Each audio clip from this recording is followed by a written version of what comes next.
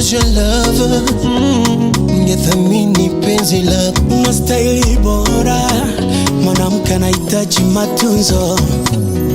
Yela, mama, takufariji mama, nipigie simu yangu, takuwa shujaa wako mama, takuliwa mama, takufariji mama, nipigie simu yangu. If I was your lover, ningethamini penzi lako. Unastahili bora, mwanamke anahitaji matunzo. Yela, yela, ungekuwa wangu ningekupenda ipasavyo.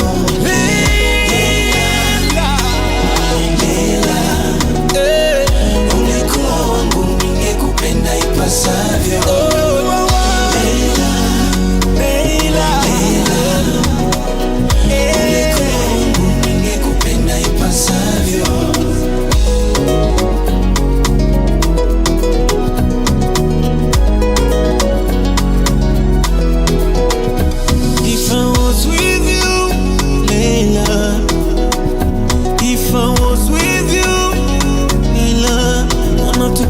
If I was with you, si j'étais avec toi. If I was with you, ningekupenda ipasavyo my baby.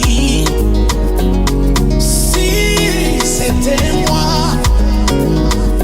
Oh. Ihaji made it. Hello.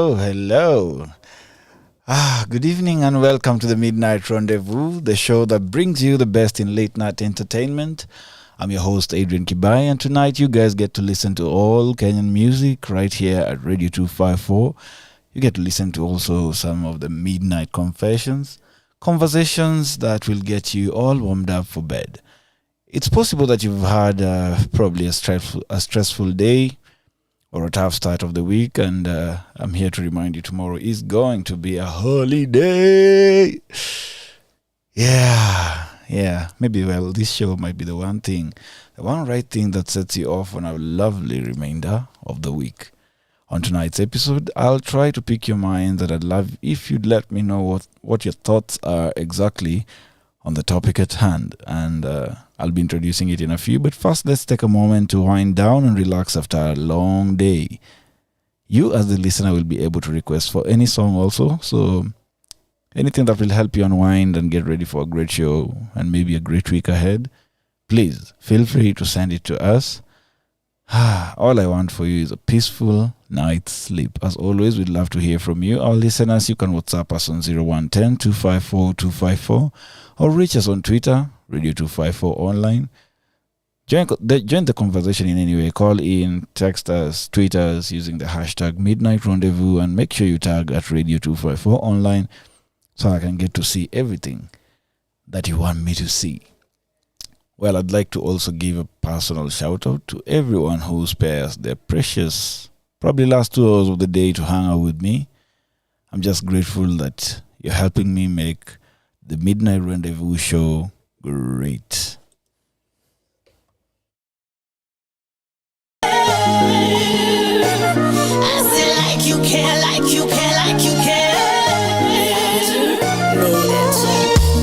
Rangi ya mdomo kwenye shirt, nina uhakika ile marashi siyo yake.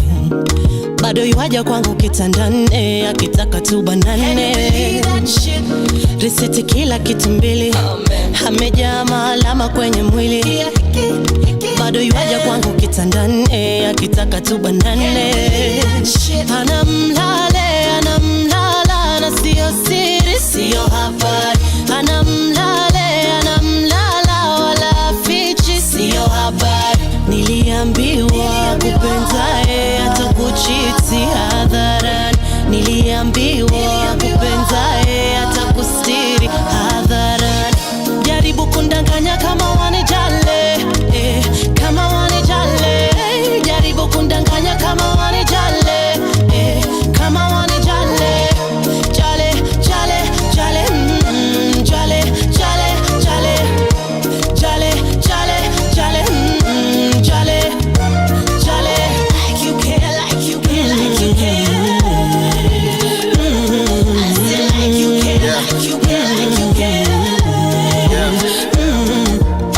pale sidanganyi, unasema mimi nadanganya. Utasikizaje masikio yako shazibana, macho yako yanaona vitu na kuna kitu nafanya. Hapo ndo tumefika na kuongelesha, nikiona unaona niko guilty, haimata kitu nitasema. Ndani ya roho inaumizwa, nasikia wivu nikiona wale wanapendana bila kushukushuku sana. Ile inafaa vile unataka kufanya fanya leo kana panda cheo nipande kana shuka, basi nianze kutafuta stage ya mine. Yeah, jifanye kama una care pia utaniamini, uone vile na kuchange ya mine. Jaribu kundanganya kama wanijale, kama wanijale.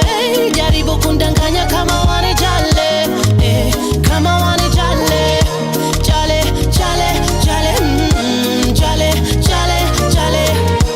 Jale, jale, jale, jale, jale. Like you care, like you care, like you care. I said like you care, like you care, like you care.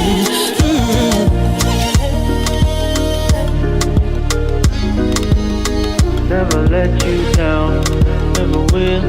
Sanaipenda shin to the chilla. Anamlale, anamlala, na sio siri, sio habari. Anamlale, anamlala, wala fichi, sio habari. Jaribu kundanganya kama wanijale, kama wanijale. Jaribu kundanganya kama wanijale, kama wanijale. Jale, jale, jale, jale, jale, jale. Jale, jale, jale, jale, jale.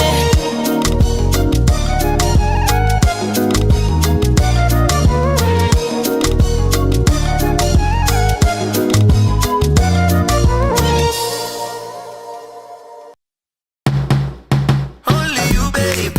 Only you, babe. You're my only one.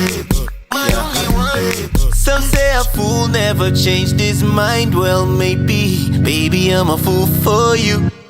Mapenzi kipofu, kipenda maovu, huoni. Oh, love is blind, never seemed so true. When I'm broke, natumianga bro, please call me. Akipiga naomba do, mbona kuna message najitumanga, send me money. To cut a long story short, yo, vumilia na mimi. Please don't leave me, don't let the money fool you. Sponsors just wanna use you. Namwambia mtoto wa mama siharibike, ananishoni biashara tu. Na swezi mshibisha na panganga tu. Na mwezi ukiisha sina ujanja, na renti kibishwa wanga blanda. Oh baby, baby, kwa nami wakati sina. Leo sina kitu, kesho ntafanikiwa. Na nikibarikiwa, ahadi yangu ni sitasahau mali nimetoka nawe. Baby, kwa nami wakati sina. Leo sina kitu, kesho ntafanikiwa. Na nikibarikiwa, ahadi yangu ni sitasahau mali nimetoka nawe. Baby, only you, babe. You're my only one. My only one. Girl, I wanna take you to my mama, show her you're the one for me. I'll never leave you. Oh, believe me when I say you will forever be my queen. Yule nalana ye kwa dhiki, talana ye kwa faraja. Ahadi yangu ndio hiyo, kama pamoja tumelia, tutacheka pamoja. Wow, vumilia na mimi, please don't leave me. Don't let the money fool you, sponsors just wanna use you. Mtoto wa mama usiharibike, yeah. Oh baby, baby, kwa nami wakati sina. Leo sina kitu, kesho ntafanikiwa. Na nikibarikiwa, ahadi yangu ni sitasahau mali nimetoka nawe. Baby, kwa nami wakati sina. Leo sina kitu, kesho ntafanikiwa. Na nikibarikiwa, ahadi yangu ni sitasahau mali nimetoka nawe. Yeah, mali nimetoka na wewe. Yeah. Okay, sana icheza kabubu. Baby no more talk, just do. When time kama buyu, utaikwa chini uko juu.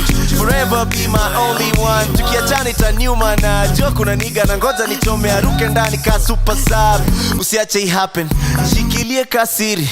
You make it in life then, kushikilie pia mimi. You make me whole baby, don't let me go, stay beside me. You make me complete, how will my heart beat without you? Baby, baby, wana miwakati sina. Leo sina kitu, kesho nitafanikiwa. Na nikibarikiwa, ahadi yangu ni sitasahau mali nimetoka nawe. Baby, wana miwakati sina. Leo sina kitu, kesho nitafanikiwa. Na nikibarikiwa, ahadi yangu ni sitasahau mali nimetoka na wewe. Yes, that was a lovely way to get introduced into the night. I hope you guys are having a lovely night wherever you are. All I'm trying to do here is just to get you comfortable, get you all prepared for a very, very good night's sleep. I hope you are warm. You're drinking your tea maybe. If you're over 30, I hope kona kaluma yako mkononi. And you're listening to Radio 254. This is Adrian Kibai right here on the Midnight Rendezvous. Yeah, I hope you're sitting back, relaxing, and having a good time. Some of us like to unwind in different ways, and today I'd like to recommend highly that you unwind using the Midnight Rendezvous every now and again on Tuesday nights, same time, 10 to 12. And promise we'll be having a lot of fun. And we will be doing amazing things together. So sit back, relax, and enjoy. We'll delve into some very mysterious and unexplained things. Things that maybe you thought were normal. And, maybe they aren't really as normal as you had pegged them to be. And that's fine. That's fine as it is. And right about now, I'd like us to, at least, every night we do this ranting thing. I'd like you guys to tell me, what will you like to rant about? What will you like to rant about? Is it anything? Just tell me. Yeah? On 0110-254-254. Join the conversation by calling, texting, or tweeting us using the hashtag Midnight Rendezvous. I'd like us to talk about something very sensitive coming right up. But in the meantime, I'd like you to enjoy some music as you get through the night.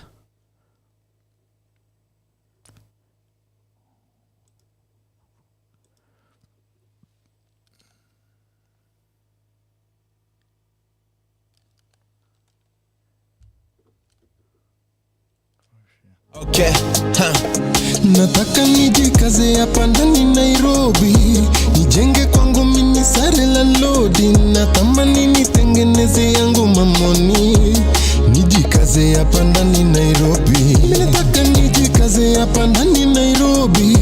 I really want everybody to know me, natamani nijazange maganji kwa longi, nijikaze hapa ndani Nairobi. Oh night, oh night, oh na na na na na na, oh night, oh night, nijikaze hapa ndani Nairobi. Kwa zile pilka zangu za kusaka hela, pesa pita tangu pata na masela, fuko nayo empty, wacha sura ibonde, bubu game sisemi, success ibonge, hakuna njumu washe tuna ask wapi Mungu, na ndio zitoshe seti gazeti kwa njumu, nataka nijikaze, tumie ganji madhe, pata nizibanze, tena one nianze, Costco madafu, upepo na I breeze, I used to pray bana for times like these, jasho tupu cloud, ishakuwa a thing, there's a kaka back home nataka kuwa king. Nataka nijikaze hapa ndani Nairobi, nijenge kwangu mini sare la lodi, natamani nitengeneze yangu my money, nijikaze hapa ndani Nairobi. Ninataka nijikaze hapa ndani Nairobi. I really want everybody to know me. Natamani nijazange maganji kwa longi, nijikaze hapa ndani Nairobi. Oh night, oh night, oh na na na na na, oh night, oh night, nijikaze hapa ndani Nairobi. Na store tu na donjo zile za pike ni pair. If you can make it here, you can make it anywhere. My 3 window shopping ilikuwa Futsubishi. Jikoni ni foreign, kwa food ni na mpishi. Bathtub ilisha replace kabese. Siku work hard, ndio ni stay the same. OCD siendewe na supu chapo yangu. Najua nani ni less loyal kwa sako yangu. Pata investment, we pata mandai. Ati ni wadosi, that's a blatant lie. Jasho tupu, cloud ishakwa I think. There's a kaka back home anataka kuwa king. Nataka nijikaze hapa ndani Nairobi. Nijenge kwangu mini sare la lodi. Natamani nitengeneze yangu mamoni. Nijikaze hapa ndani Nairobi. Nataka nijikaze hapa ndani Nairobi. I really want everybody to know me. Natamani nijazange maganji kwa longi, nijikaze hapa ndani Nairobi. Oh night, oh night, oh na na na na na na, oh night, oh night, nijikaze hapa ndani Nairobi. Aye, aye, aye, ye ye ye ye ye, aye, aye, aye, ye ye ye ye ye, aye, aye. Okay, huh. Ihaji made it. All right. Welcome back again to Midnight Rendezvous. This is, if you've just tuned in, this is Adrian Kibai. You're listening to Radio 254, where we play Kenyan music all night, every day. As in, what am I saying? 24 hours, 7 days a week, yeah? Man, I just want to get you guys to, and at least get through the night in a very nice and soft way. So what it brings me to the topic of the night, yeah. So I'm usually scrolling through Twitter, wherever, and most women out there are complaining that their DMs are full of nudes from guys who thought they'd score after the ladies saw the junk. But most often than not, that's why most ladies don't even open their DMs, man. It's actually very unfortunate, yeah. And I will get off by saying that the reason maybe the babes do not like it is because it was unsolicited. First of all, your manhood is just fine where it is until it's called upon. Are we clear? Yeah. So, ladies, tonight is the night to be ranting about every guy that has ever sent you an unsolicited nude and how it really made you feel. First of all, there are this very weird mapantre in the DMs, especially on Facebook, who will bug you with awkward flirting and requests for a picture of the vagina. I've never seen them spell it right, ever. So this is after, the disgusting lot has sent you several of his own and now feels entitled to yours. So, first of all, it wasn't asked for, so why the hell would you?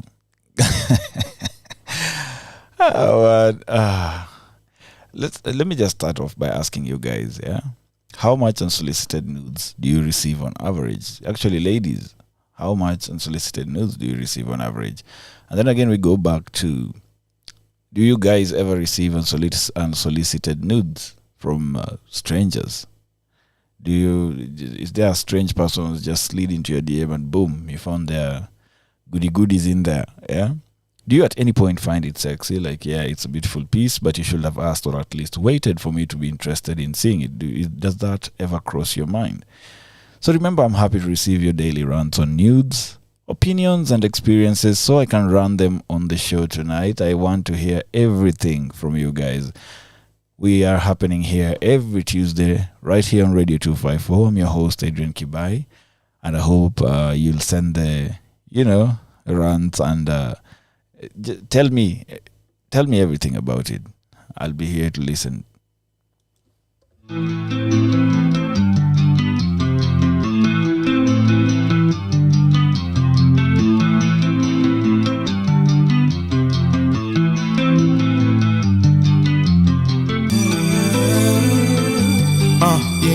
Yeah.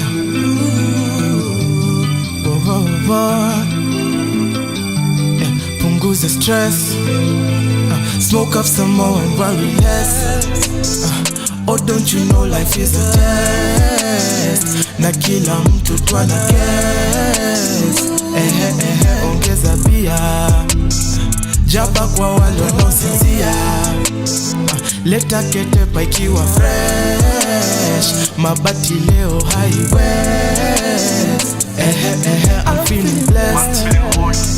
Bashi meja tunawaresh. On the menu they're serving legs. Dress code ya leo ni underdress. Ekelea bet. Ikianguka usivex. Ngojea tena game next. Usishi maisha na regret. Sina pupa yeah. Cheza mziki pole pole buma yeah. Drill rumba mziki wa kipekee. Kila mtu na wake jitete. Sina pupa yeah. Cheza mziki pole pole buma yeah. Drill rumba mziki wa kipekee. Kila mtu na wake jitete. Nimekuja one man, lakini liwalo lazima to have fun. Na kuona ukiniona you need a real one. We kwangu ushafika, wacha to advance. Show you some romance, yeah. Usisikize umbea, kama nikulewa leo hitutalewa. Nitalipia kila kitu tapewa. Mimi ndo kusema na kisha tukimaliza tunaenda home. Sina pupa yeah. Cheza mziki pole pole buma yeah. Drill rumba mziki wa kipekee.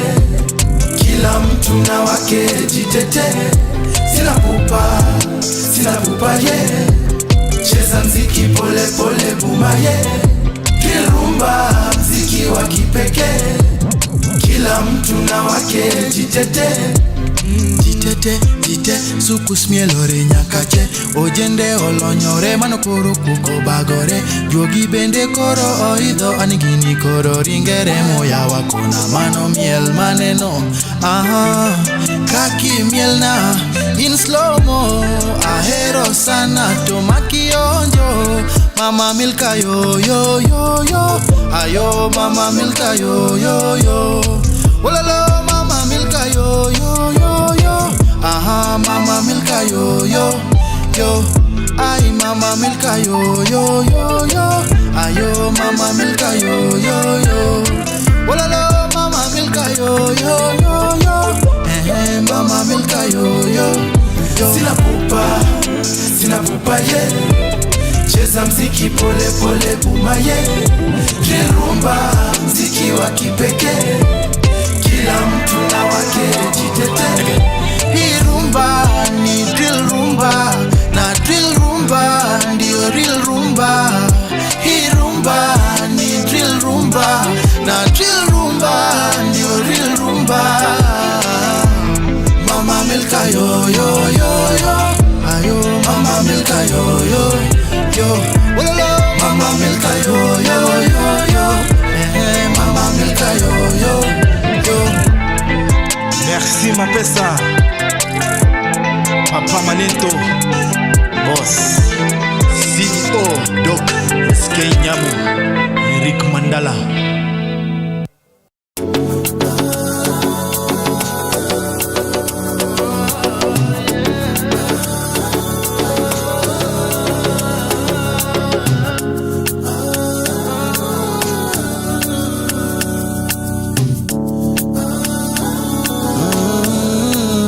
Wanasema tumependana hadi tukafanana. Utamu wa mahaba, baby wewe ndiye ladha. Oh tunafanana, kufa kuzikana. penzi lako ndio nanga, ndo maana nimekwama. Oh yeah, hicho licho nacho ndicho sina, nyuma umejaza mandwandwa, kiuno chako ni chembamba. Oh Lord yeah, kukupenda we sina tilalila, tena hunanga fitina, usiskize pararira. I got you babe, I got you babe, I got you babe, na sitakata tamaa. I got you babe, I got you babe, I got you babe, na sitakata tamaa.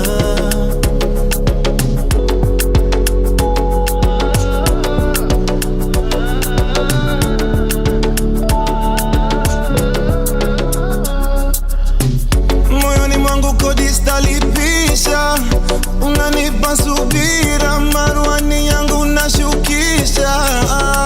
Oh Lord yeah, picha zako ndotoni zanijia, kiwa mbali naumia, nashindwa tulia.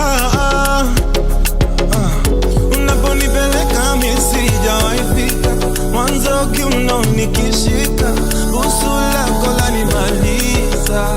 Mama kukupenda misi na tilalila, tena unanga fitina, siwaskize balarira. I got you baby, I got you baby, I got you baby, I got you baby, na sitakata tamaa. I got you baby, I got you baby, I got you baby, na sitakata tamaa.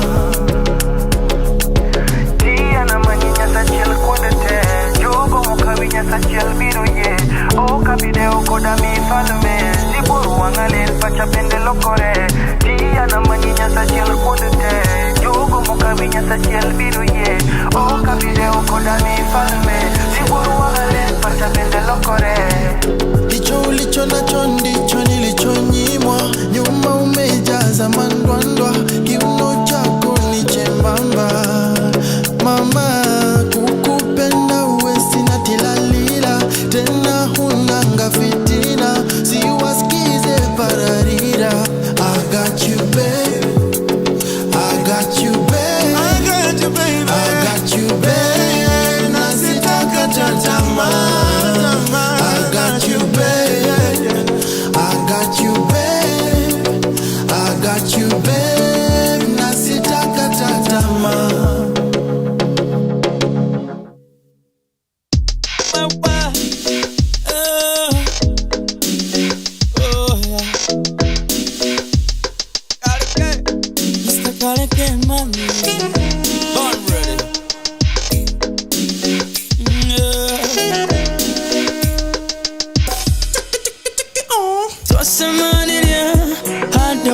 Fuine demore una onyeta faki twakinya kohanyu kera mamu wanyu ate twasemanirie hado kanigaine ate twasemanirie hado prayer group ine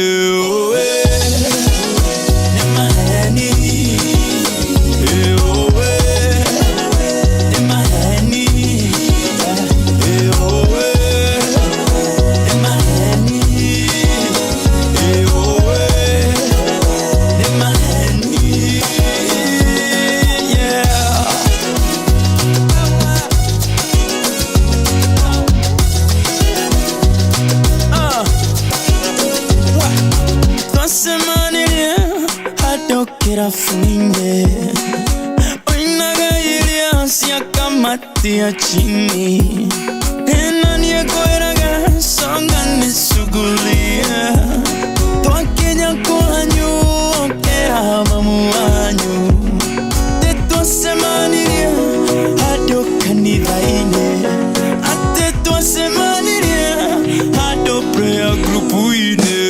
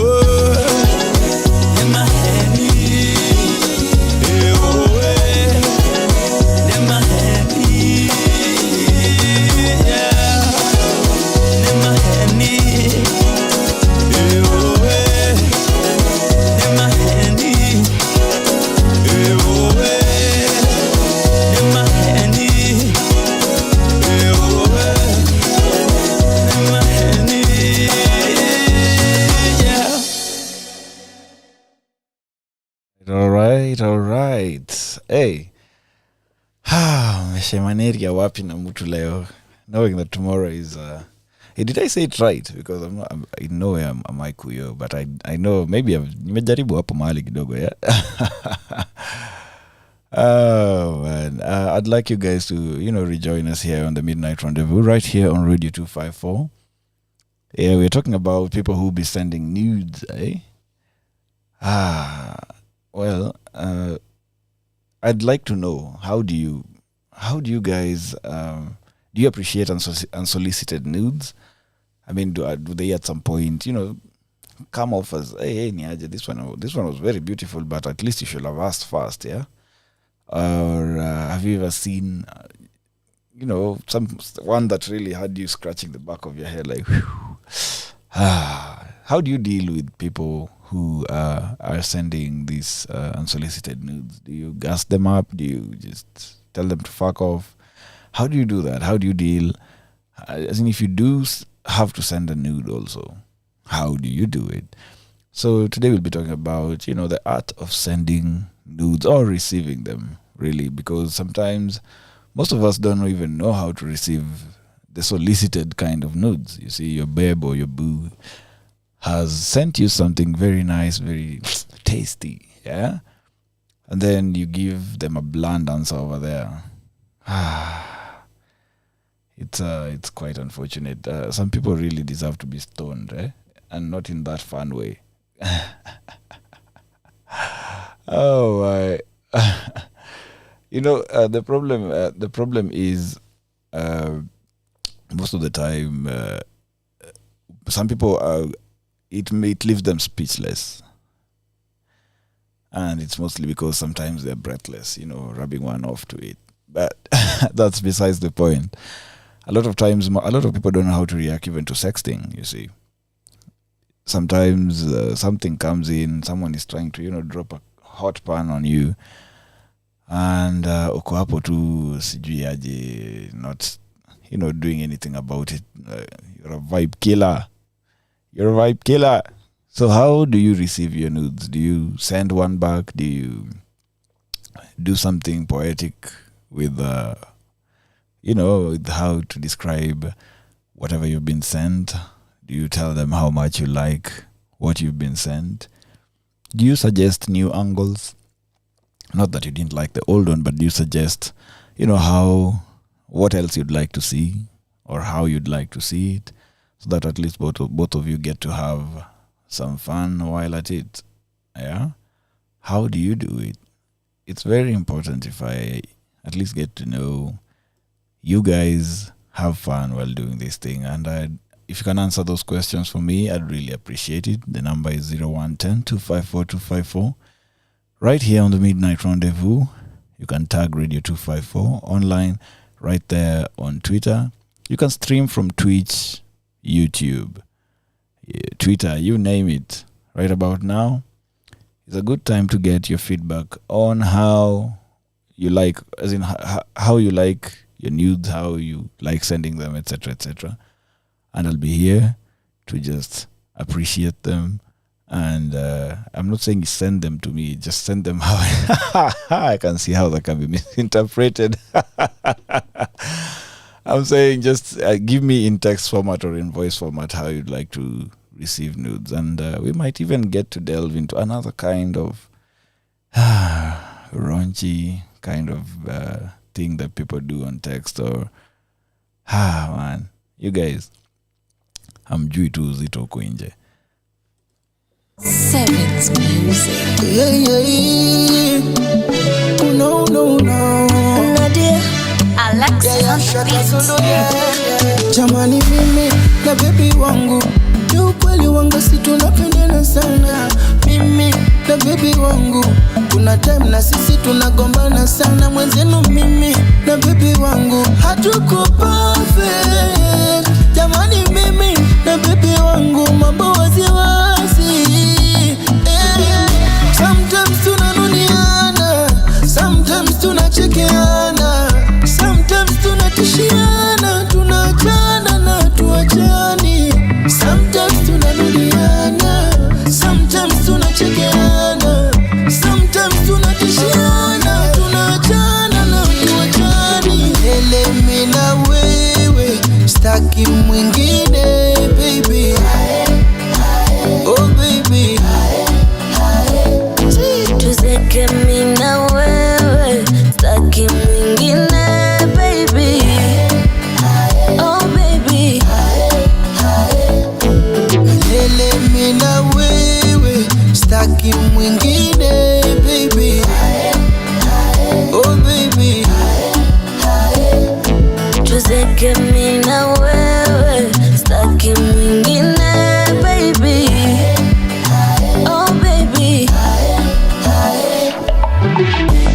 fight, yeah, we make up.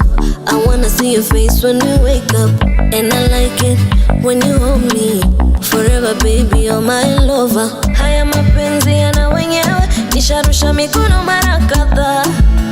Ama mwenzi umeniroga wewe, juku kuacha imekata. Sometimes tunanuniana, sometimes tunachekeana, sometimes tunatishiana, tunaachana na hatuachani. Mimi na wewe, staki mwingine baby. Oh baby, tuzeke mimi na wewe, staki mwingine baby. Oh baby, mimi na wewe, staki mwingine baby. Oh yeah. tuzeke mimi na wewe, staki mwingine. Oh baby,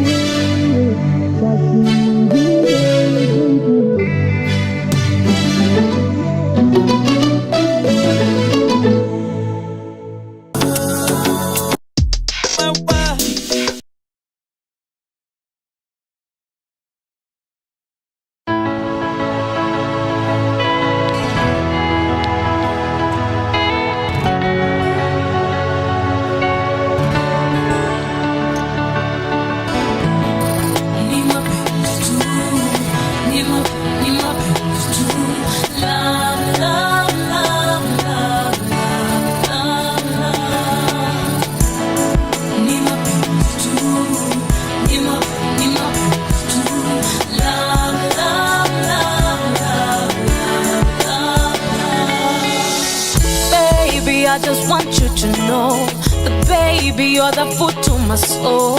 And baby, I am not letting go. Oh baby, seems so impossible that you're mine and I'm yours forever, baby. I can't thank you enough for being here with me. I can't thank you enough for being my baby. Oh baby, I'm so grateful. I got you, baby, through the fire.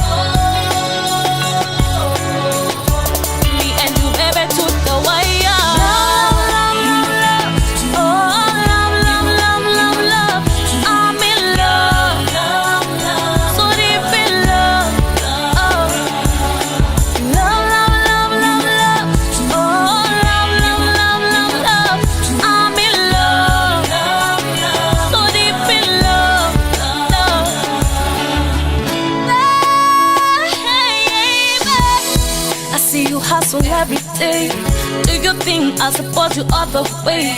You got my back, I got your back too, baby. You taught me so many things I never knew. You took me places I never imagined. I've done so many things, but there's this clue. You got my back, I got your back too, baby. I got you, baby, through the fire.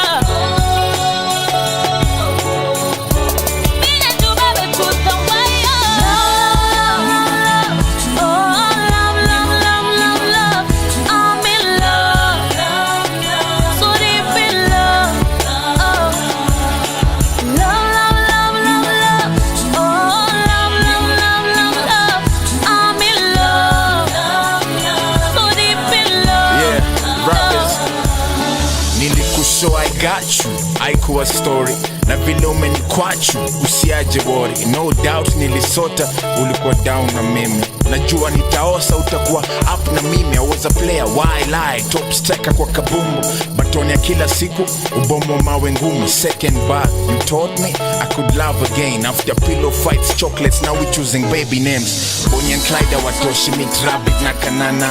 Feel free uneza moji, vila amenikamata akona grip moyoni, akona grip kwa kitanda. Nakikisha mengara, smile pia na mvisha. Machelo kwa kablista, unatokea ka job imeisha. Saina kupeleka places, wana kunja faces. Hello babe, just wanted to remind you that I love you.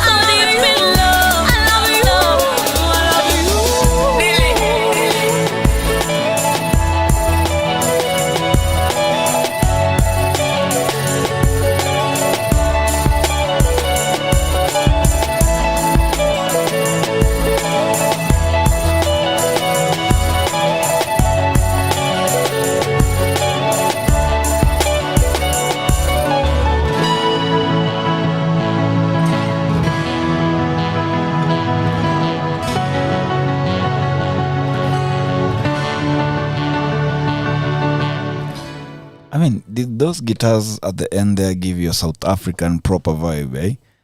As in, I'd like to know, because they took me back to Sarafina and Hugh Masekela and every other.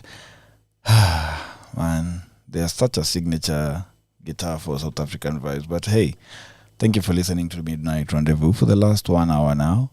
It's actually for the last 54 minutes pretty much. But I still appreciate it. And I want you to know that you're appreciated very much for, just taking your time to listen to tonight's episode or tonight's, show. We were talking about nudes, yeah? So have you ever sent any to begin with, or have you ever received any? Yeah? How active is your view once? How active is your view once on WhatsApp, eh? Have you ever taken pictures of yourself in the nudes, first of all? Or someone has taken some of you? You see, there's also very different kinds of nudes. There's a way you can do them in boudoir form, and there's a way you can just do them kienyeji, patting the lips, just whatever. Oh man, I don't need to go get into the nasties, but you understand what I mean, really, yeah? It's the sexy kind with the maybe short skirts, not entire nudity. It's just enough to leave something for imagination. And that's what I'm talking about tonight, right here on the Midnight Rendezvous. I am hoping that some of you will come through with some feedback. I think someone is, I can see someone typing, and I hope that it's actually going to be rich. I can only hope. I hope it's not a morning sound on that audio. Oh my, you are listening to Radio 254 right here on Midnight Rendezvous. We are talking about nudes. How do you like to send them? How would you like to receive them? Yeah. So biggest question is, just by looking at them, how do they make you feel? You see, there's a lot of people out there also who cringe when things get too sexual, either on text or in person. They just prefer sexy stuff for the bedroom and the ishi hapo. There's people who will try to sext and they'll just shut you down immediately because it makes them cringe. These are the same people who forward the sex scenes in movies. These are the same people who, as soon as there's a romantic scene on TV, they are cringing as fuck. And I don't know how this works, because I prefer the more the merrier, the more the better. Yeah, I don't know. You guys can tell me what you think. It's from my point of view, I hardly ever take nudes, but when I do, probably it will be. You see, how can I put it?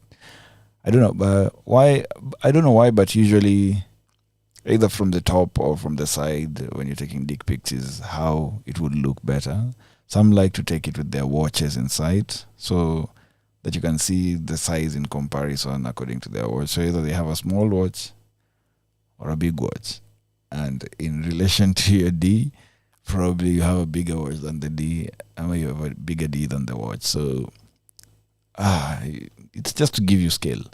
I have to ask though, is it mostly about the size, or what makes a dick beautiful and sexy? That's also for the ladies. I'd really like to know what really makes a dick beautiful or sexy in this case, because when you're taking these kinds of pics, you want them either to be very aesthetically pleasing, or you want them to be very sexually pleasing. So I don't know what you guys go for, but for me, I try to go for the looks first. At least oil that junk first before sending it. Some people send some crusty, grey. You'd even think their whole body is grey, and I don't doubt it. Probably it is. But you have no business sending some ashy pic on someone's DM. And worst of all, actually, at the very least, don't send it unsolicited. It's just uncouth. It's just weird. That's not the way to get to these women. I don't know. They will be sharing their opinions soon. So I don't want to be the one who talks about what they feel or what they don't. But most of it will be based on the comments I've been reading, the stories I've been hearing from women, and it's not just straight out of my ass. So I hope you guys will be behaving. Kwanza hii masaa ndio masaa ya giza. Hii masaa ndio masaa most of you want to, shine with your D-pics or whatever other nudes you may have. And it's just wrong. Unless you guys know each other like that, don't do it. All right, so I hope you are having fun. You're listening to Midnight Rendezvous right here on Radio 254, where we play fully Kenyan music. So I hope you guys get to enjoy and stay warm and have fun. We'll be back.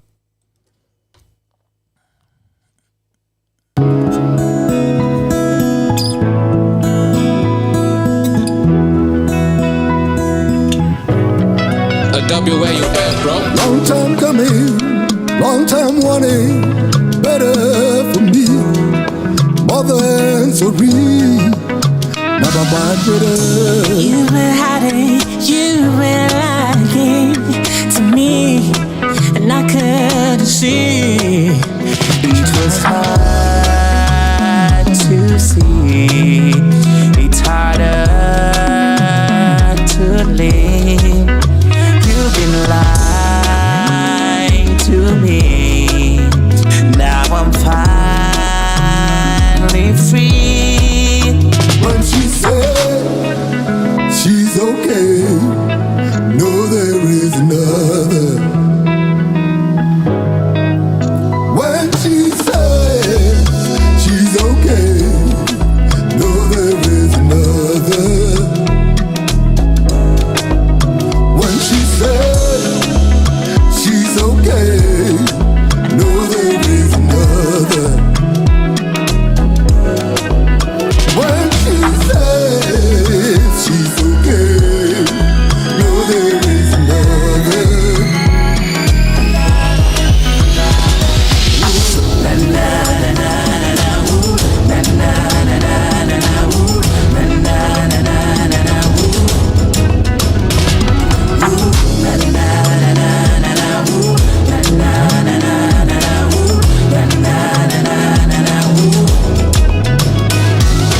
I've been dealing, I've been healing, better for me. You're not so real, so I made up my mind. No denying, I've been trying to let go. You've been crying to me, a goodness a dying breed. You've been smiling at me while you lie to me. When she said she's okay, no, there is another.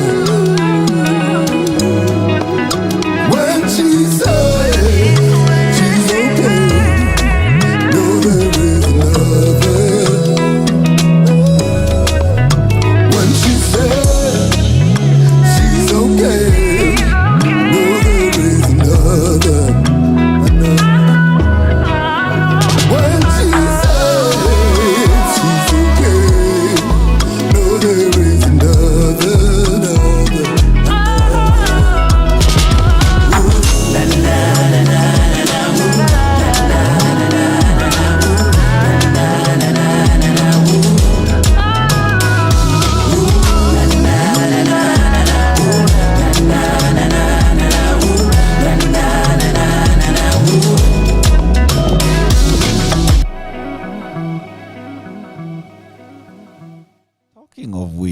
Talking of which, you see the way we are talking about how you send your nudes somewhere, blah, blah, blah. How do you know your booze nudes haven't been sent to 3 different recipients? How do you know the nudes you're receiving were only tailor-made? Tailor-made for you.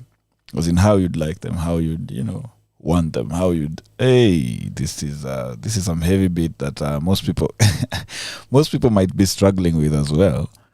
Because how do you just know, okay, this was specially for me?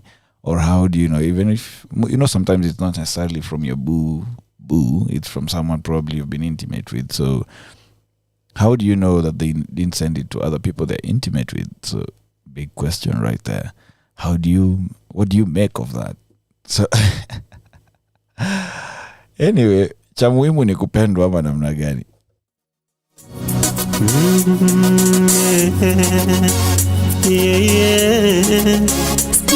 Saa zingine anayekupenda umpendi, unapenda mwingine anayependa mwingine hata sempendaga.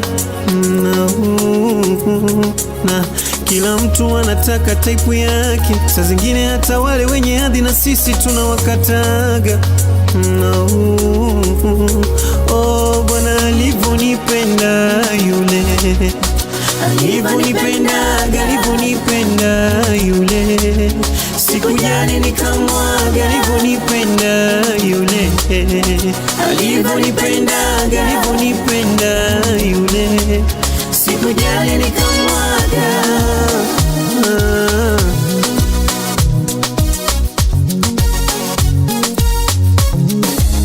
Yule aliyempenda bure, nikamwacha kwa ajili yake. Yule aliyepata pesa na zenye hiyo sikuwa na maana. Kweli macho yaliniada, macho yaliniada. Alivyonipenda kwa bidii, suzidi kanihonya mimi sisiki. Urembo pekee hauridhishi, inahitaji zaidi. Type yangu ni yule anayejua thamani ya penzi langu. Type yangu ni yule anayenienzi. Ina maana gani uwe na msichana mrembo dunia nzima na kupendi? Ina maana gani uwe na mume mwenye hela chungu nzima na kuthamini? Alivyonipenda yule, alivyonipenda yule, sikujali nikamwaga. Alivyonipenda yule, alivyonipenda yule, sikujali nikamwaga. Alikuwa wangu wao wakati nilikuwa nameless, nikimwona na sinzia ka nameless. Huko nitakuja Kalesa, love ilikuwa genuine than leather. Na huyu we started kitambo, wakati skuma mezani was jambo, wakati stima kwangu was scandal, wakati birthday yake haikuwa na keki, wakati nikisota alinipiga jeki, nikachanganyikiwa na rangi ya tao yangu ikafunguka, club ndio makao. Leo macha kesho kosi tunakacha, tulizi document Snapchat, niko empty na miss kishenzi. Alinipa ya kweli mapenzi, lonely na miss alivyonipenda. Alivyonipenda yule, alivyonipenda yule, bwana kamzugaga, napenda kamzugaga, napenda kamzugaga. Alivyonipenda yule, alivyonipendaga.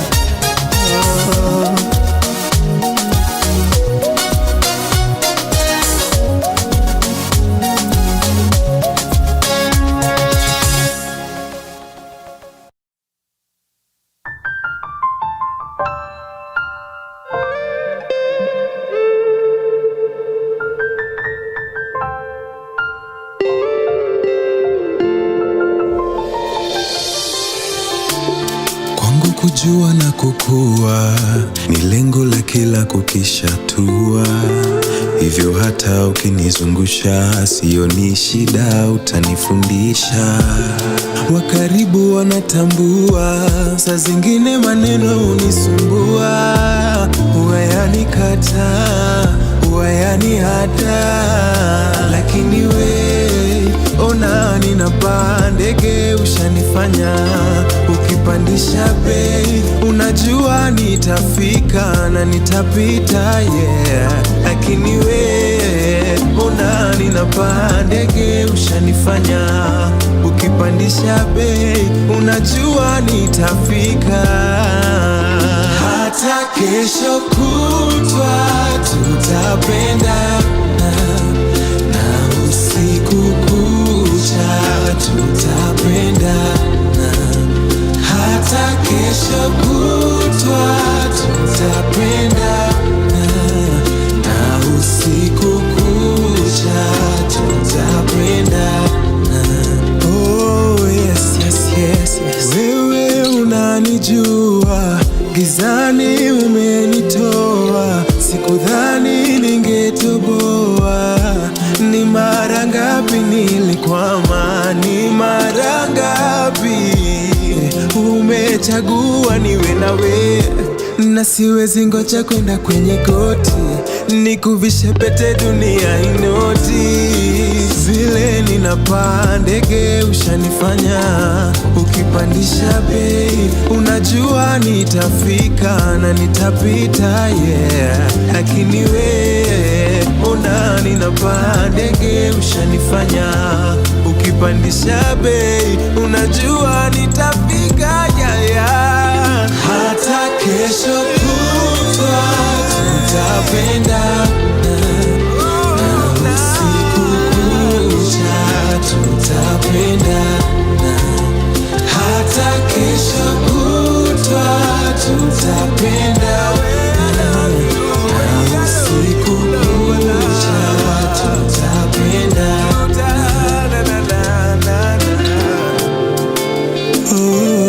I promise to love you. You inspire me. You are. Oh yes, oh yes, oh yes. We've given love a chance.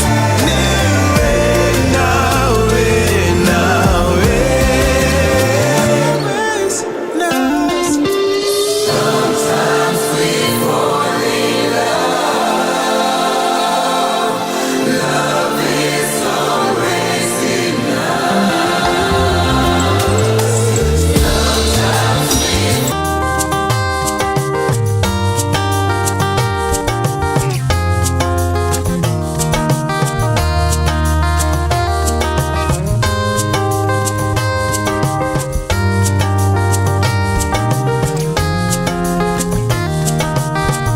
Ningekuwa taxi driver,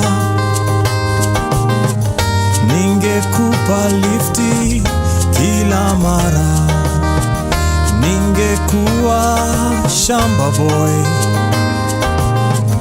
ningekuchunia sukuma wiki. Ningekuwa telephone operator, bamba 50 ningekusambazia.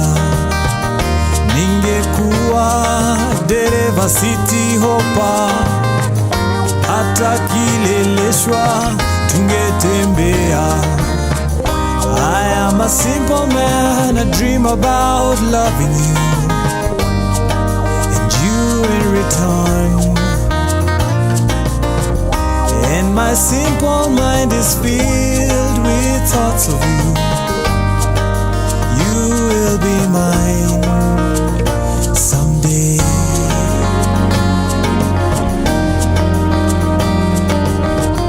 Ningekuwa karani,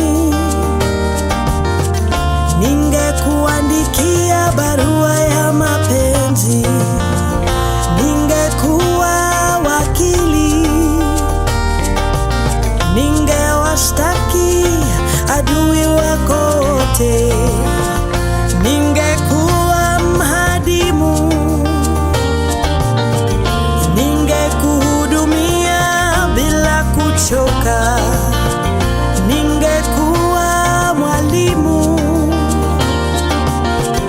ningekufunza jinsi kunipenda. I am a simple girl, I dream about loving you,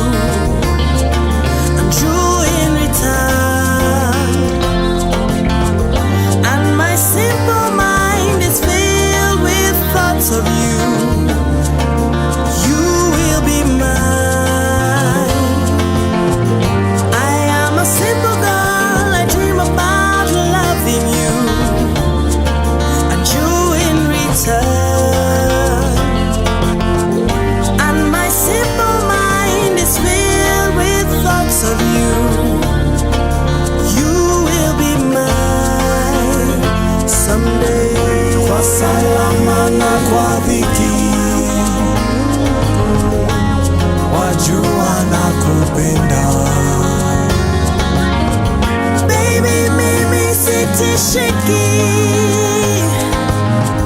na mashaka ya mapenzi.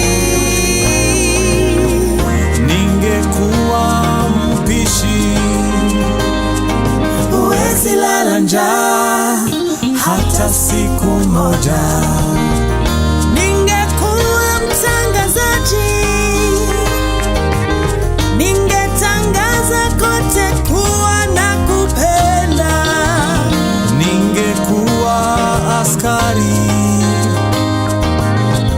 ningekulinda bila kusinzia. Ningekuwa bibi harusi, ungekuwa bwana harusi. I am a simple man, I dream about loving you, and you in return. And my simple mind is filled with thoughts of you. You will be mine.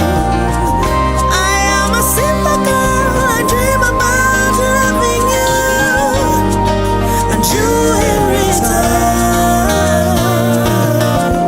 And my simple mind is filled with the thoughts of you. You will be mine Someday, someday, someday, someday,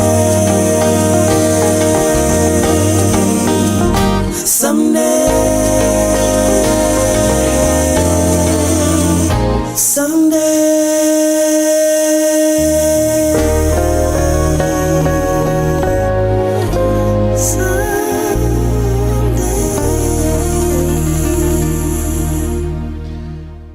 Kama hujawahi tumiwa nudes, itatumwa tu someday.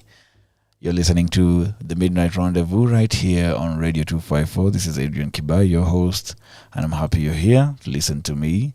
I was talking about nudes earlier, and I hope that I was wondering, do you guys even take them?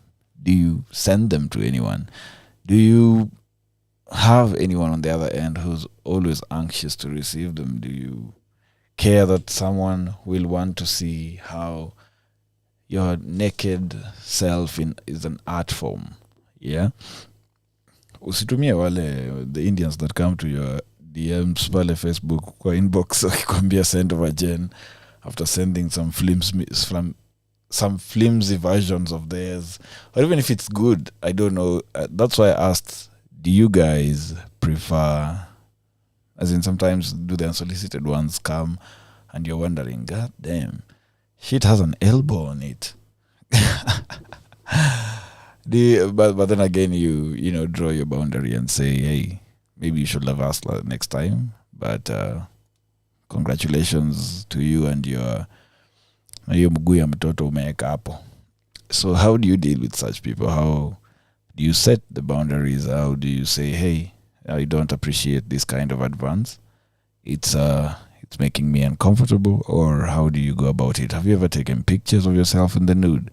Have you ever just wondered, how do people view you? How do people see you when in your most vulnerable self? And just by looking at them, how does it make you feel? How does an image of you make you feel right there on the picture? I'd like to hear from you. So our WhatsApp number is 0110-254-254. Or, yeah, if you have my personal number, you're also welcome. I'd appreciate every kind of feedback today. So, sana, the last question is the one that that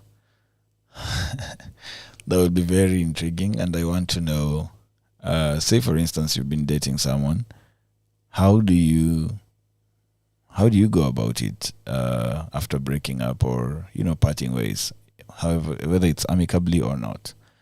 How do you go about it? So I'd earlier say, do you delete, first of all, do you delete the nudes, or do you keep them but keep them safely, or how does it work exactly? Do they have your permission to keep your nudes, Or do you have their permission to keep their nudes? Do you need the permission? So that's all the important questions you should be asking when you are taking nudes or having them somewhere. So I had said earlier, I hardly ever take dick pics, but when I do, it's either from the side or the top. You see, there's an art to this thing. I don't know why, but usually that's what looks good on camera, yeah? Some people like to take it with their watches so that, the angling can be good and it can give you the scale on how big it is. So there you go. The bigger question was, what really makes a D-pic beautiful and sexy? Is it how it appears, or is it the size or the girth of it? So I'd like you to describe to me, if you get the chance to, how do you take it? How do you prefer it taken? Is there actually even a bigger question? So for me, a simple picture, say from a babe, what the kinds of nudes I'd like to receive. A simple picture with the thighs showing under the skirt or dress while seated can do so much for me. Yeah? Or a side of the thigh while seated, or a little generous side boob here and there, or an under boob. Oh, something about under boobs. The inside of the thighs too. It's all about the imagination, Just if you leave something to imagination, it's always, and trust me, whichever kind of nudes you send, there's always that room of imagination because you're not there physically. So this person has to, even if you go all the way stark naked, this person has to imagine how it is like to be right there with you. And that's the point where the imagination comes in. So if she decides to go hardcore, I like the lady beats at least glistening, yeah? The dripping lips, well-oiled ass, and a niche, at least a neat bush, if any. As for the tits, raise the chest a bit and make them prominent. Then pretend to hide the nipples or squeeze your boobs with the sides of your arms. You know that thing people do to make them appear bigger. That way you'll have hit a proper jackpot. How do you... I'd like to hear from you guys too. How do you like to receive your nudes? Is it softcore? Is it hardcore? And how much room for imagination do you like left? I'd like to hear from you. The WhatsApp number is 0110-254-254. So feel free to share with me every kind of that nasty detail. I'd like to hear it. How do you like your nudes? How do you like sending them? Yeah? I hope you guys. Just do.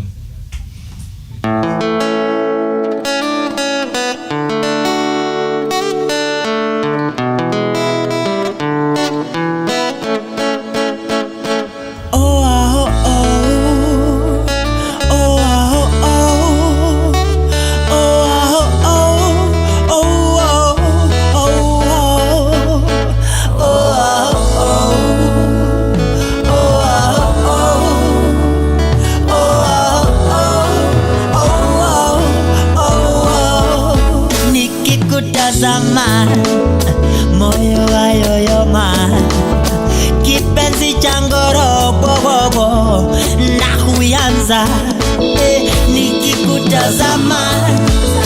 Moyo wayoyoma, kipenzi changoro bobobo na huyanza, huenda leo tuko chini, twatembea matopeni, usiwasikize matapeli jiji, sho tuna gariji. Mina saka mali, twende kwenu mashambani, nikalipe mahari, tuishi kwa amani.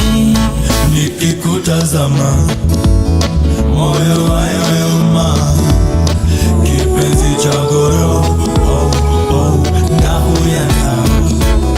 Nikikutazama, moyo wayoyoma, kipenzi changoro na huyanza. Kweli toto si toto, na roho la mtoto. Nipe busu maswiti, nimekumisi, twende tumo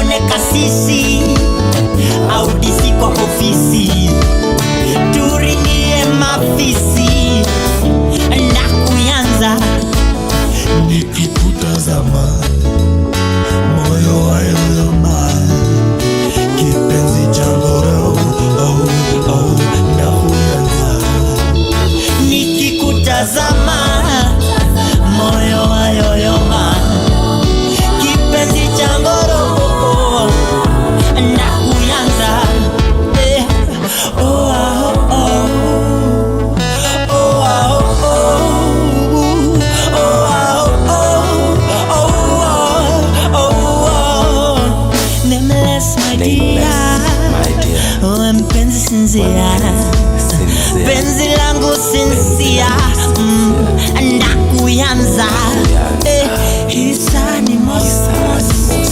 Oh, and baby, you're so close. Let me wipe off your lip gloss. Ndakuyanza. Nikikutazama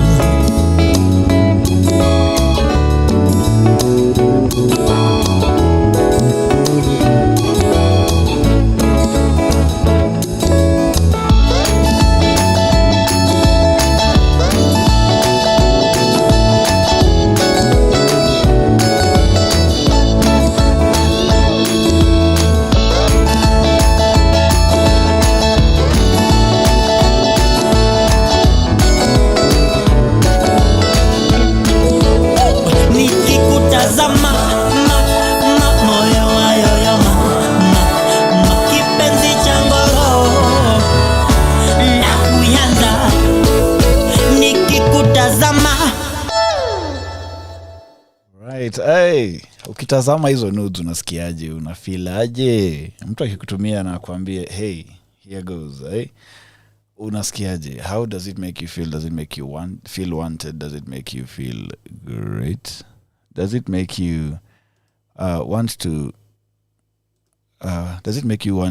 get to that person immediately?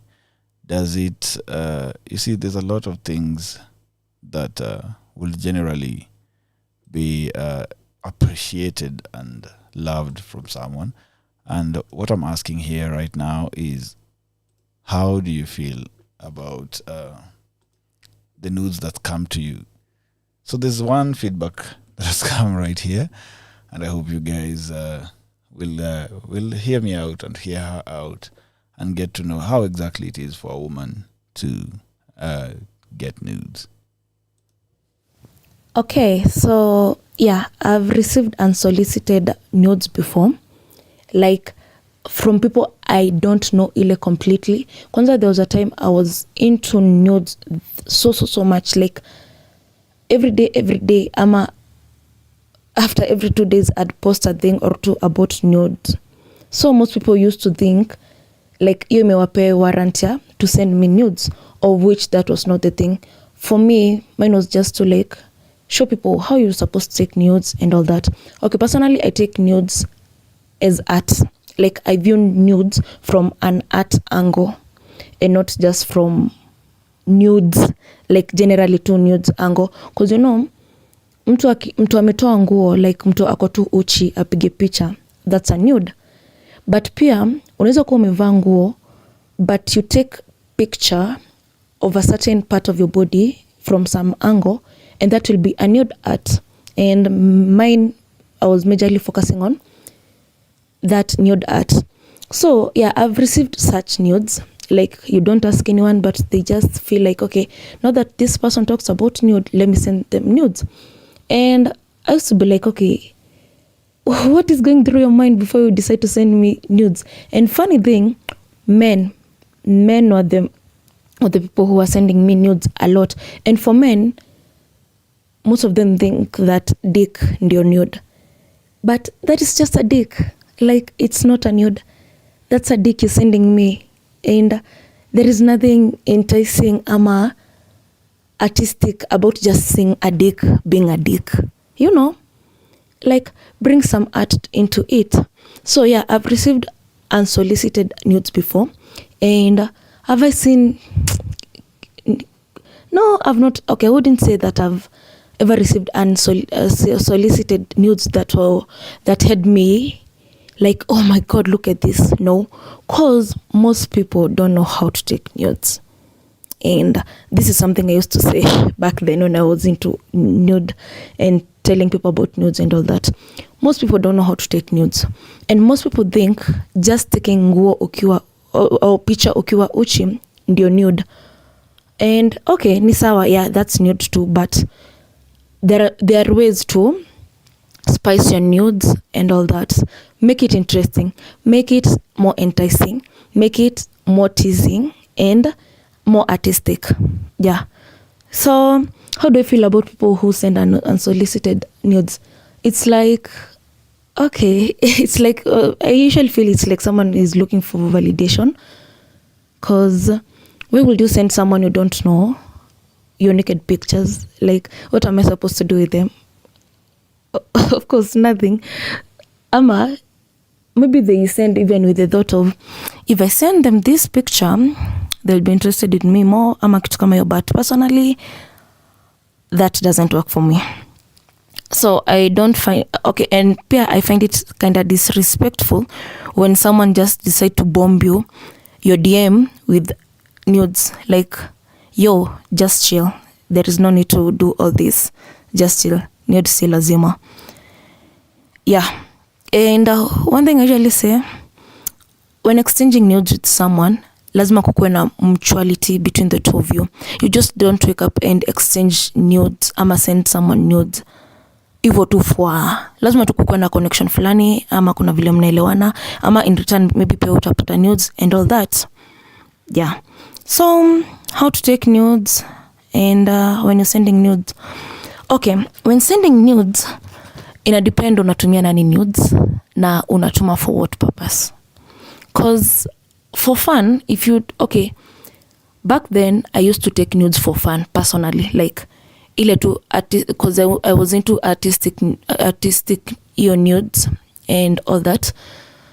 So personally I used to take them for fun, like ile tu I try, maybe naenda online, I see something and I try it hivyo. So I used to have many pictures of that and videos.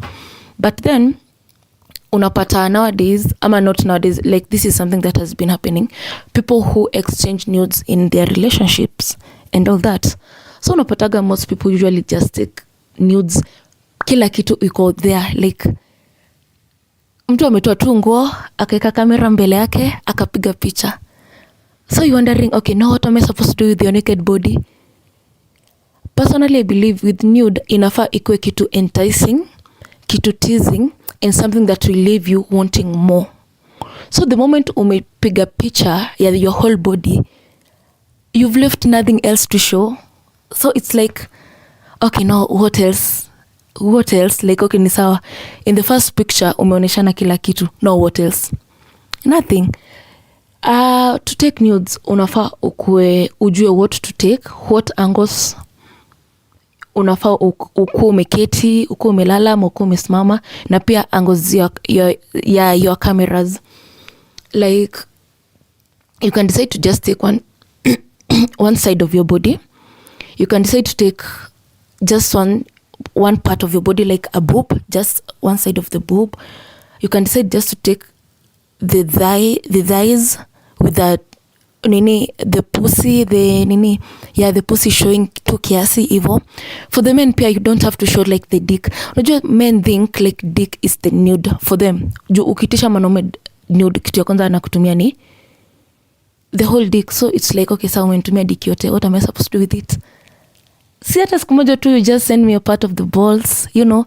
Alafu kuna kuwaga na kwa waistline ya wanaume kuna kuwaga na this V shape, nimesahau jina yake. Yeah, like tease me with that, not just the whole thing. Like, okay, now what am I supposed to do with the whole thing? You can share the tip of the dick, kitu kama hiyo. You can just share the bottom of the dick, kitu kama hiyo. For the ladies, you can do the boobs. Kwanza the ladies have most advantages because of their curves and the body parts mingi zenye wako nazo.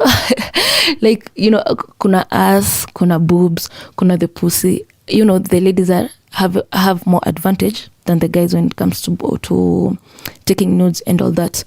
So, alafu another thing, you don't have to show your face when taking nudes. Like, it's not a must. Alafu, one thing I believe is, when something has left your phone, you no longer have control over it, no matter how much you trust that person. So unaweza tumia mse nude ikiwa na uso yako, alafu ikuwe leaked, alafu no you there embarrassed and all that. You have to be smart when taking nudes. Like, pia usi include vitu kama unajua tattoos zenye watu wanazijua sana and all that. But luckily nowadays kuna hiyo advantage ya view once uko hivyo WhatsApp, so you can just share with that. But I believe in just learning how to take nudes in an artistic way. other than sharing the whole thing at once, because once you share the whole thing at once inakoga isha tastes like tushaona kila kitu. Sasa what else is there? Next time mtu akikutisha nudes utamuonesha nini tena? The same thing. Unajua itakuwa cliche. It's the same thing.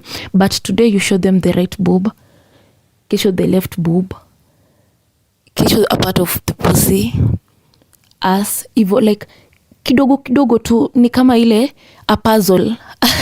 It's like sending them a puzzle of your body. Today you're sending this part, tomorrow this part. So time mwenye akijaribu kuput it together haizi, like una make sure haizi, there is no way ataweza put it together hadi iko your full body. Unaona, so that way huyo msee anakuwa na imagination I'd like to see the whole of you. So anakuwa interested to see more. Yeah, but once you send everything at once, I find it boring. Yeah, and it's not like I'm an expert, but I'm just talking from my experience, not my experience, but my interest in nudes and all that. And one thing I usually say, taking nudes helps you to be comfortable in your body a lot, because you also get to understand your body from different angles and each part of your body, because you find kuna watu hata they can't look themselves naked in the mirror because of their insecurities, but ukizoea kutake nudes it helps a lot.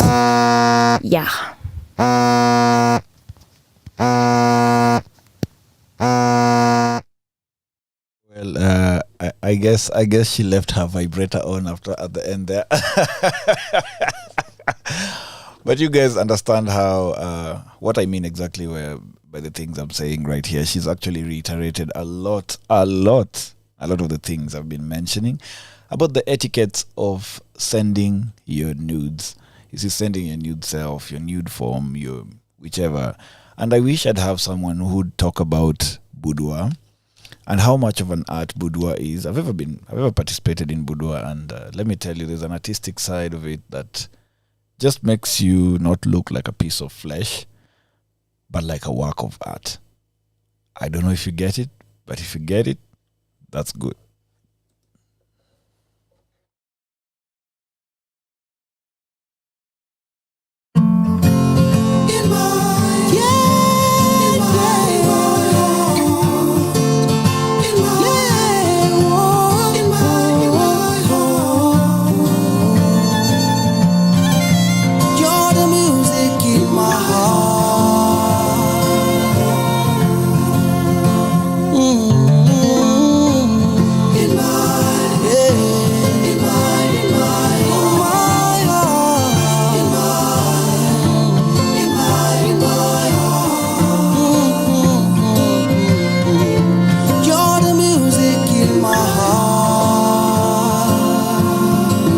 For a long time I was struggling,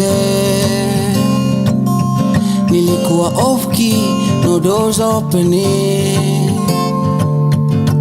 two left feet, my rhythm wandering, left me wondering, where's the music in my heart? You came on time and I let you in. Sasa tuko same key, now we are prospering. You can breathe into my feet, dancing to your heartbeat. You're the music in my heart. Remember, my love, nothing breaks easier than my heart. My heart. This is straight from my heart to your heart. And I hope you understand that my heart needs your love tonight. In my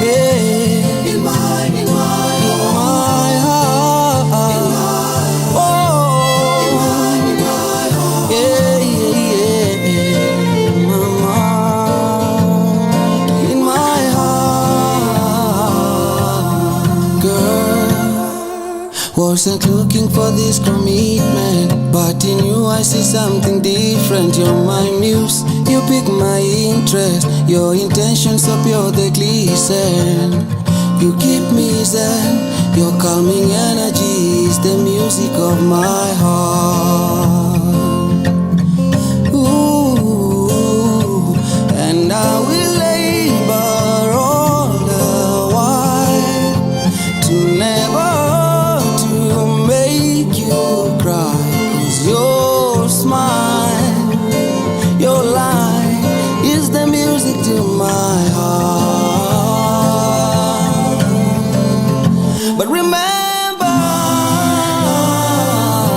nothing breaks easier than my heart. This is straight from my heart to yours. And I hope you understand that my love is your love tonight. Yeah. Oh no, no. Tonight. Oh. Form of expression in nudity, because most of the time they're probably not comfortable with their own. And self-love comes first here, because for you to even be comfortable enough to, pop a good one and just pull up your camera and take a work of art right there, it means a lot. It means you're willing to showcase to the world, or to the person who is your world, you need to tell them that this hapa ndio unakula na unakula vizuri. There's another feedback here I'd like us to indulge in. Acha tusikie huyu mwenzetu hapa anasemaje. Anyway, personally I do not like unsolicited nudes. More so from someone that you do not look at or feel like that. Ooh, you feel disgusted, bwana. Yuck. Yeah, so on the other hand, however, if it's from someone I like, if it's someone I have some feels for, yeah, zije sana tena juu, it would be nice to have something to work with when I'm getting down and busy, just around this time after listening to you. All right.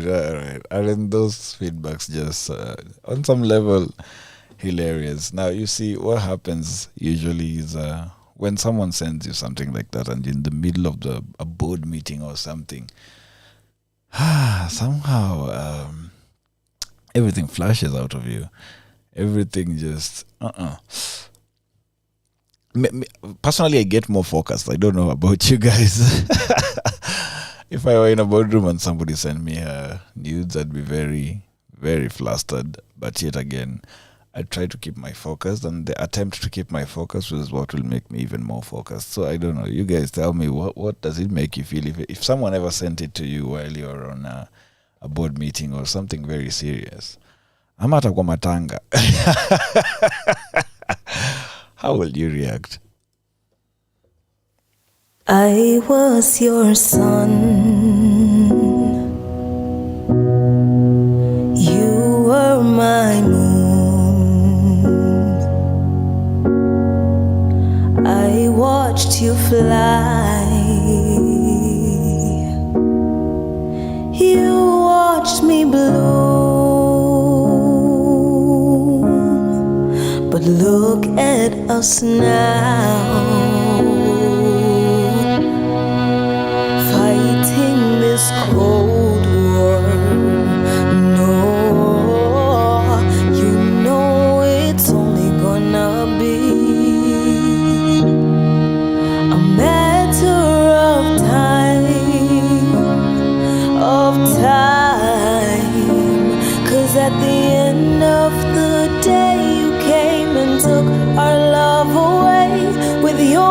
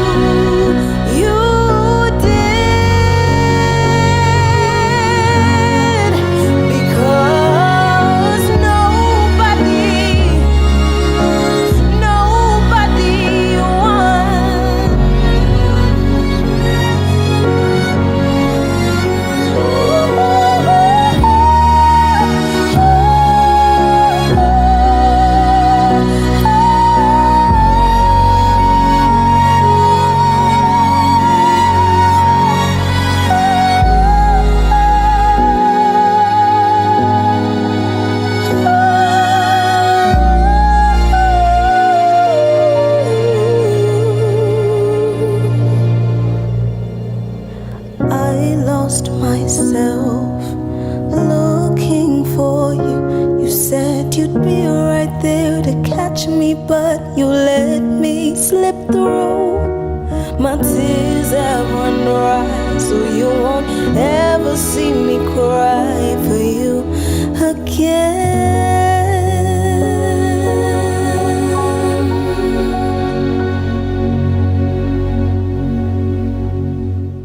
Now look what you did there. Look what you did there to me when you sent me those nudes in a boardroom. Oh, you're listening to the Midnight Rendezvous right here on Radio 254.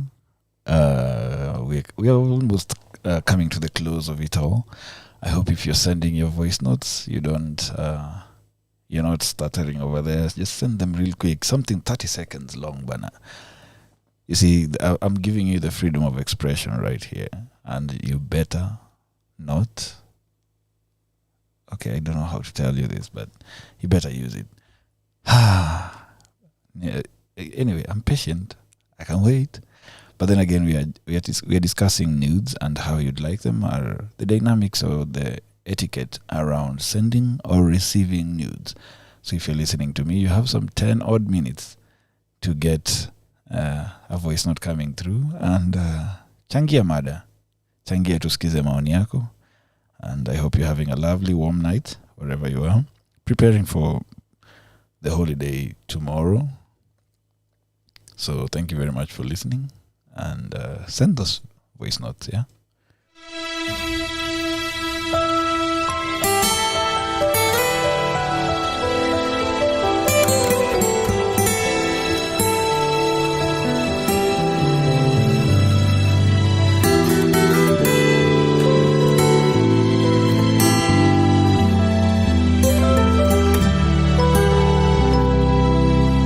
I won't change.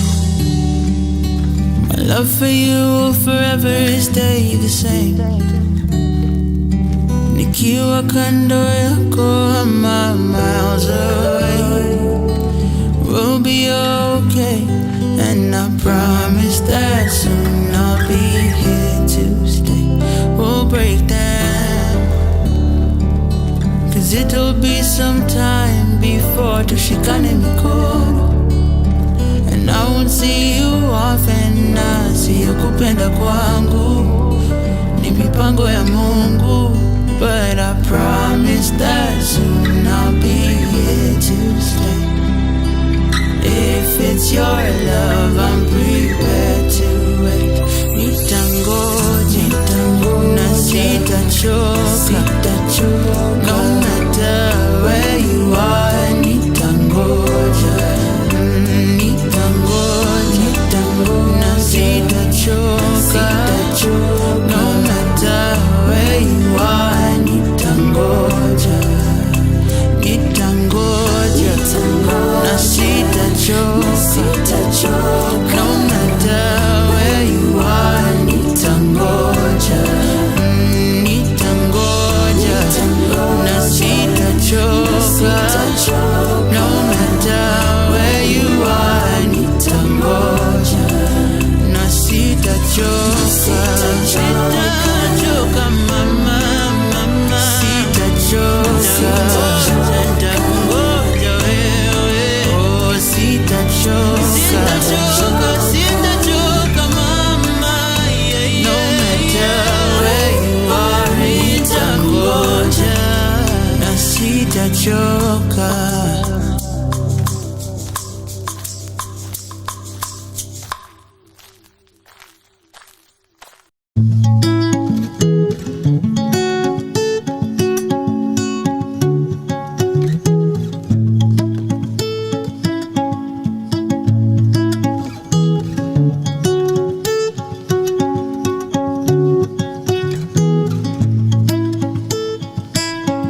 It'll take me the whole night to get this song right, but when I'm done, I hope it'll be better than your breath in the morning when you're yawning. Baby, I wanna be with you by your side in the AM.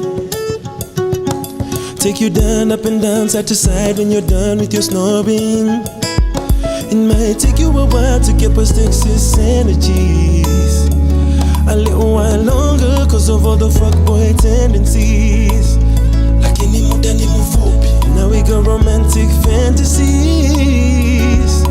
Baby, now I have your heart, so please give me your hand. I tell you this, I wanna marry you twice. That will make me feel nice, make you be my wife. Let's do this for life, let's do this for life. Make I tell you this, I wanna marry you twice. That will make me feel nice, make you be my wife. Let's do this for life, let's do this for life. Girl, I've been searching, searching, searching, searching for you, for you.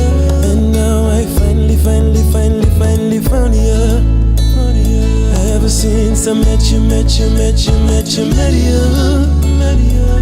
knew I finally found love. You make your bad man sing this song. You make me want to be your son. So when you cry, I'll say I love you. And when you smile, me do. Na niki wa ikupotea.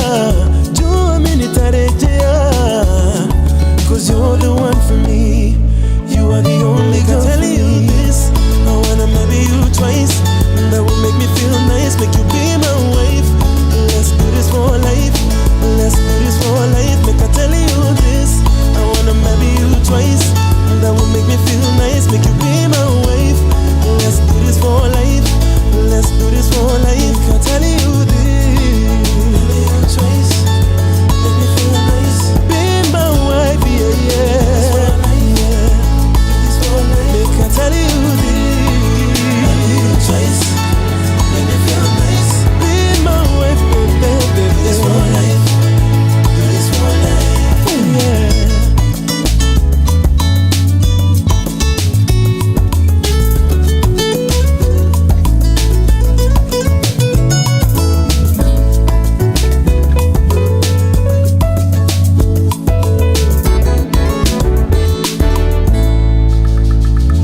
I tell you this, I wanna marry you twice.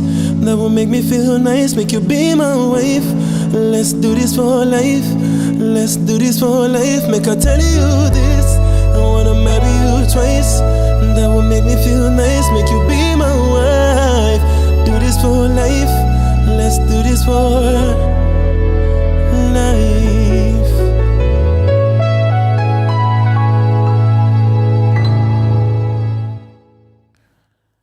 All right, this is the Midnight Rendezvous coming to an end almost. Yeah, we have 4 minutes to midnight, and you've heard the ladies. You've heard how they prefer their nudes taken. The guys have been a bit shy today, but it's fine. We can handle them next time. Yeah. The last question I wanted to ask is because a lot of us, it's all about the ethics of nudes. Yeah.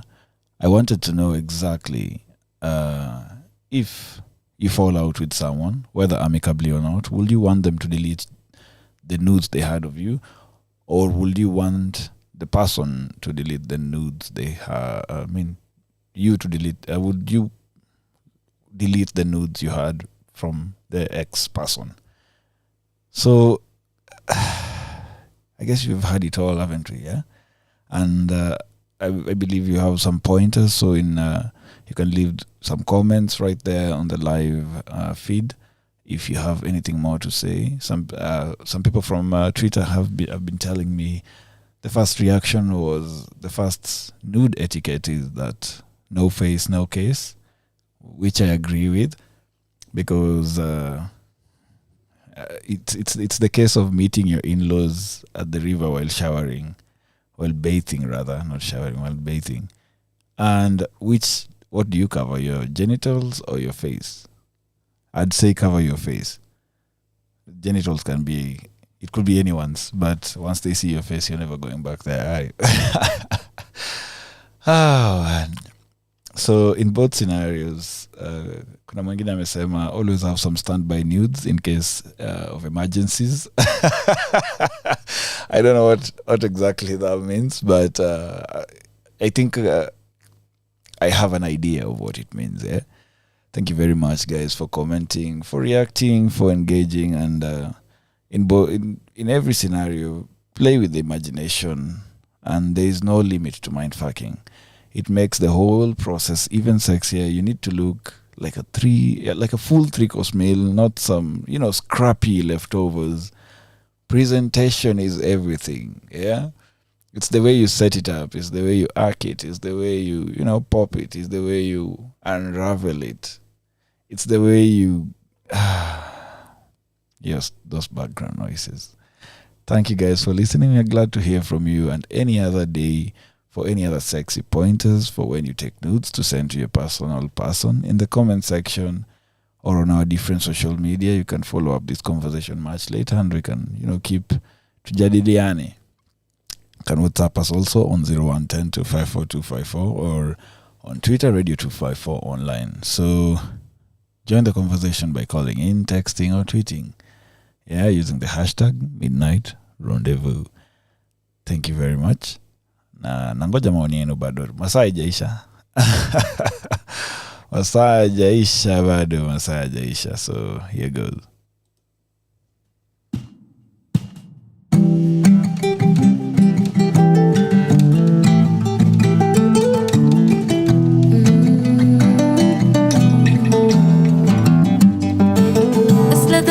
Season, give us a reason to love and to hold, to kiss and to cuddle. I know we've been on a very rough road. I know you will never leave me alone. Baby, take your time, take it easy. I don't wanna lose the memories again. Make me see that you can fight nowhere with a hand. You manza kila siku kinanjeve.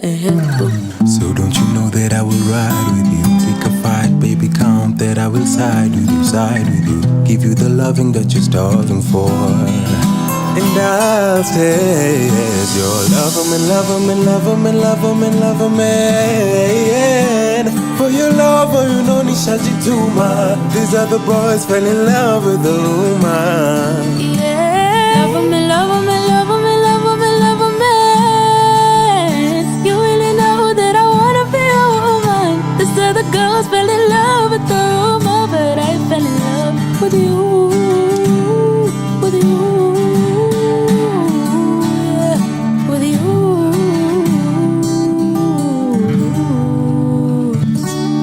This is real, this is real.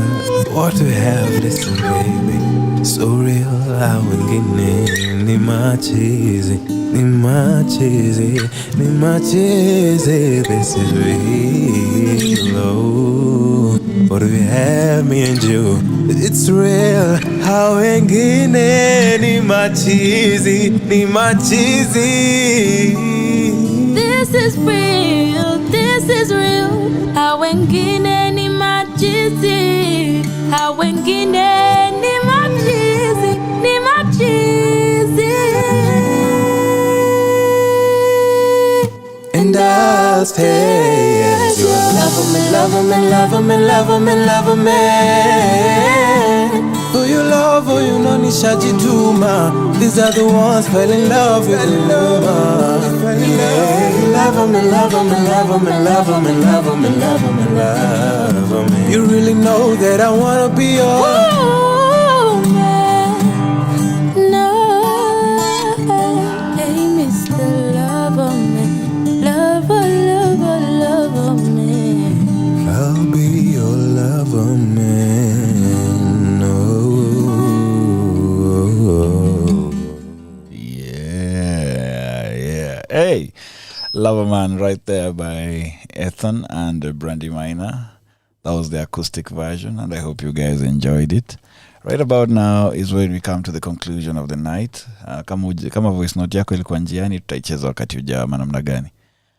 Alright, you see, I'd really like it if you guys, in the near future, as I wind up, come to K1 tomorrow for the Wednesday karaoke. I'll be hosting. So bring whoever you'll be bringing, dealer's choice. As long as you pick a song to sing, the tequila will be flowing for every song, and there'll be great deals on beers and cocktails. Check out the K1 page for IG on IG for more details. So karibuni sana to Midnight Rendezvous next Tuesday. Let me see you tomorrow. Let's treat it like a meet and greet, right? Yeah, that would be lovely to see you all in person and get to know who exactly is the silent listener on the other side, yeah? So, tupatane kesho. Ama mnaonaje? Usiku mwema. Have a good night, guys, and you've been listening to Midnight Rendezvous right here on Radio 254. I'm your host, Adrian Kibai, and I wish you a lovely night ahead. Tupatane kesho K1, yeah?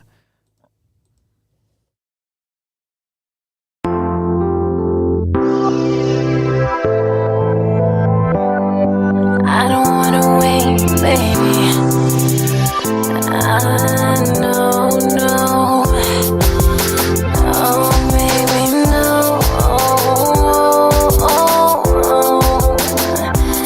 I don't wanna wait till tomorrow. Is it me, or what is this that you keep me waiting? The sun rose, and now it's setting on this love. Ahadi za kesho, ngoja yaumiza tumbo. Tell me, what is this? I can't take it no more. Kesho, I'm ready today. Maybe it's just really hard, maybe uko tayari, mi niko ready now. Kesho, I'm ready today. Maybe it's just really hard, maybe uko tayari, mi niko ready now. Nieleze, tusonga mbele au la? Maisha ni leo, msema kesho ni mwongo. I feel like I'm chasing the wind. With time there's no stop and rewind. Tell me, baby, what is this? I can't take it no more. I can't take it no more. Maybe it's just really hard, maybe uko tayari, mi niko ready now. I'm ready now. I'm ready today. Maybe it's just really hard, maybe uko tayari, mi niko ready now. I'm ready to love. Baby, wacha maneno ya kesho. Baby, there's no stop and rewind. Baby, wacha maneno ya kesho. It's about today, not tomorrow. Baby, wacha maneno ya kesho. Baby, wait, I can't take it no more. Baby, I want you to love me now. Baby, I want you to love me now. Hey. Kesho, I'm ready today. Maybe it's just really hard, maybe uko tayari, mi niko ready now. Niko tayari now. Niko tayari now. Ready today. Maybe it's just really hard, maybe uko tayari, mi niko ready now. Nieleze hadithi baby, nieleze mpaka lini baby, mi niko ready now.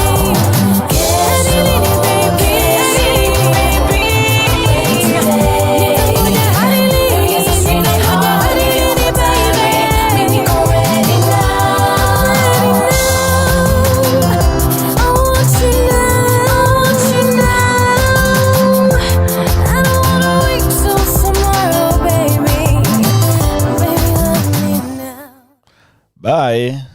This has been Adrian Kibai right here on Midnight Rendezvous.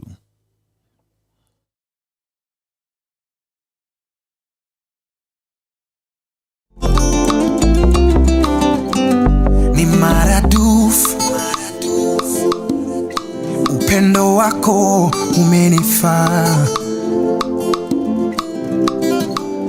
Ni maradufu, yeah, uwepo wako umetawala. Nikiwa peke yangu sijakamilika, hata mipango yangu inavurugika. Hakuna anayezidi kwako mama, nguvu ya mapenzi yako bara. Umenifanya nijione bora, bila wewe mimi siwezi ng'ara. Hakuna tena zaidi yako mama, nguvu ya mapenzi yako bara. Umenifanya nijione